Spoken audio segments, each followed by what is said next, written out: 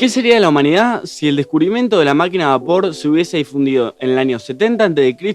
en vez del año 1700 después de Cristo? Hoy, en Aguantando la Respiración, la Biblioteca de Alejandría.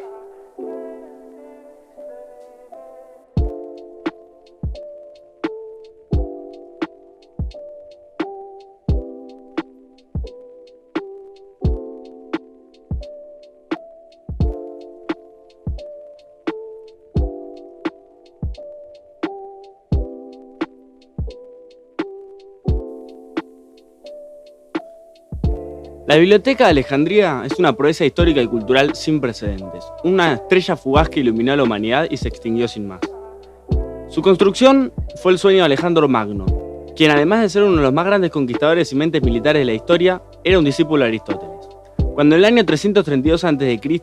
conquistó territorio persa y fundó la ciudad de Alejandría, soñó con que allí se acumularan bajo un mismo techo todos los conocimientos del mundo griego.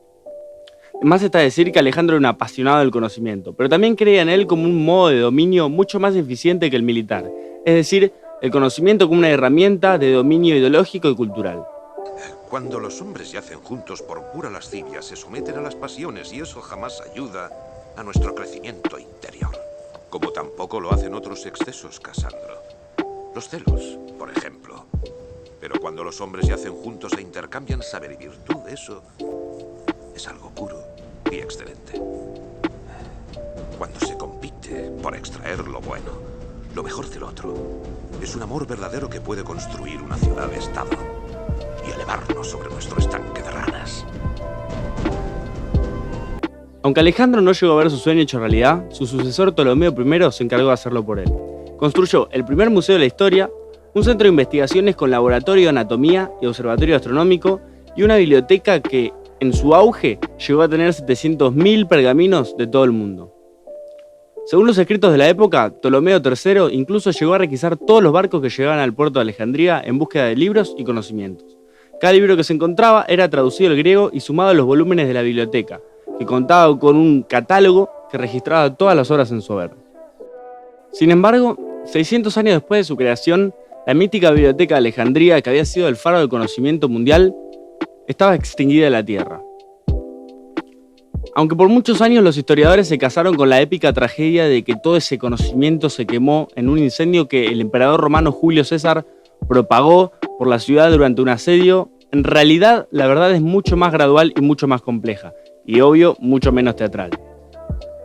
Si bien parte de la biblioteca se quemó en ese asedio, el temor al conocimiento como herramienta de liberación de los pueblos y la necesidad de la ignorancia para gobernar sin cuestionamientos empujó a los líderes religiosos que se sucedieron en el poder de Alejandría, Teófilo de dogma católico y Omar de creencia musulmana, a financiar proyectos, perseguir científicos y eliminar manuscritos, eventualmente terminando con la Biblioteca de Alejandría.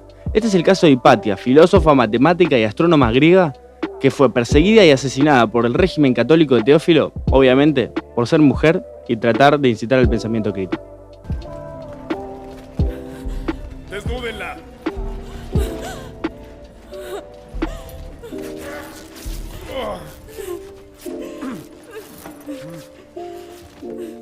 ¡Levántate! Para que Dios pueda ver toda tu miseria e inmundicia, prostituta del alcalde. ¡Zorra! ¡Mujerzuela! ¡Mírenla! No responde. Gritará bastante cuando la desoyemos. ¿Quién trae cuchillo?